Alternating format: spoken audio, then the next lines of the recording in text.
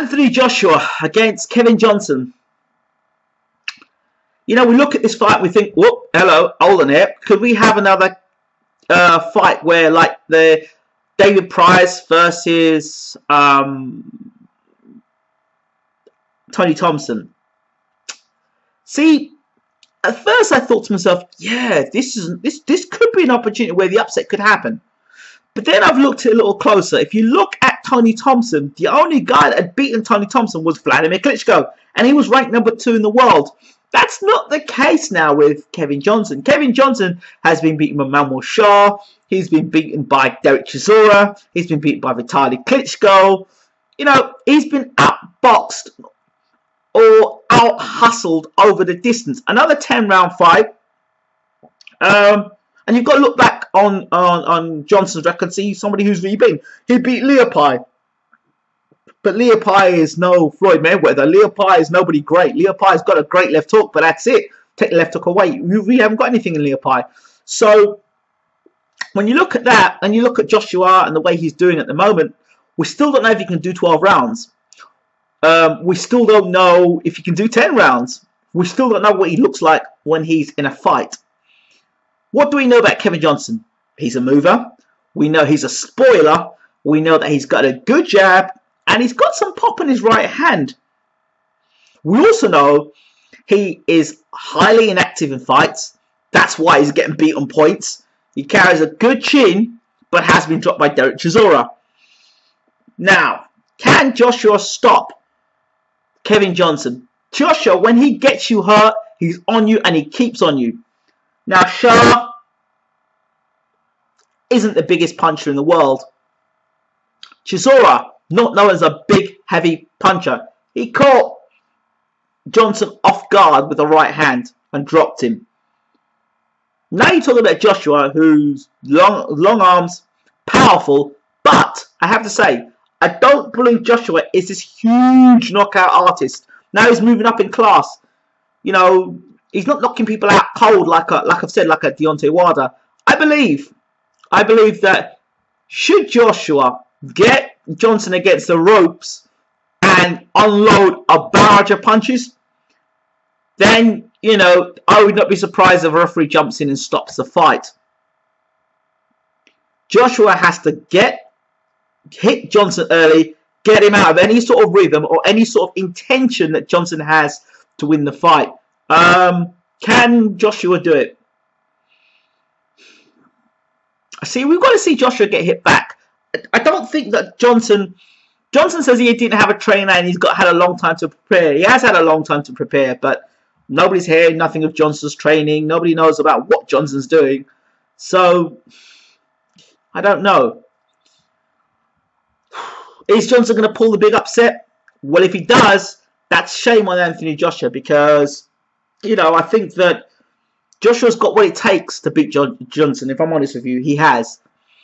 And when you lose fights, when you start to lose fights, and Johnson's had a record of losing fights on points. When you get a record of that, then I believe it's a pattern, and Johnson's got a pattern.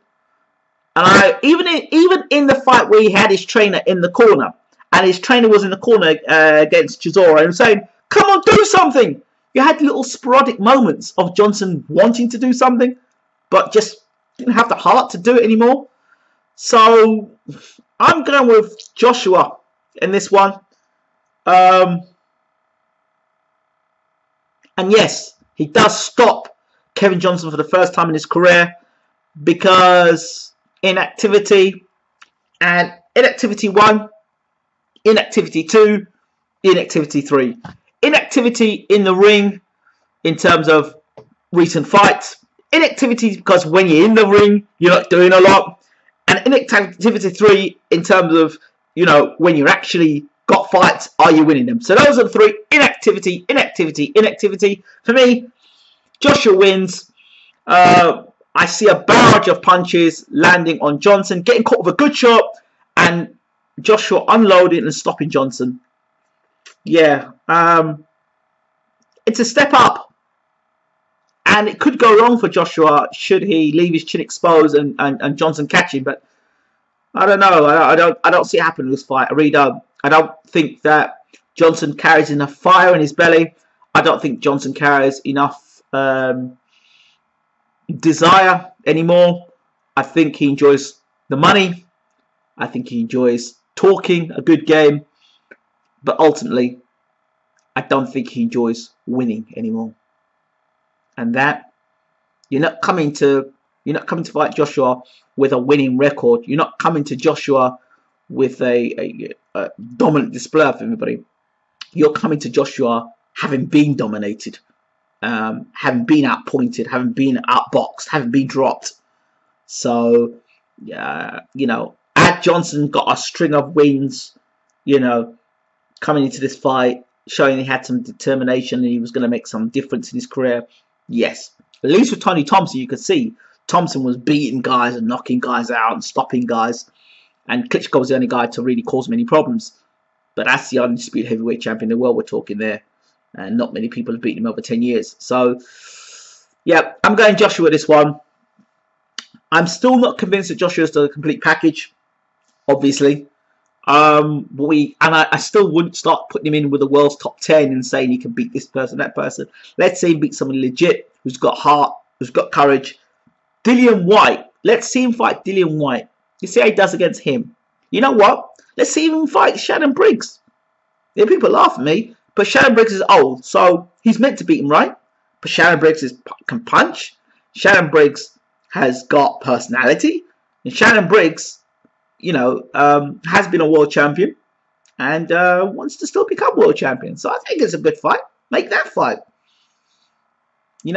So I'd love to know what you boxing fans think about this. Joshua, Johnson, Joshua, inside the distance, win. I'm out. Don't forget to rate, subscribe. I'm out. Take care.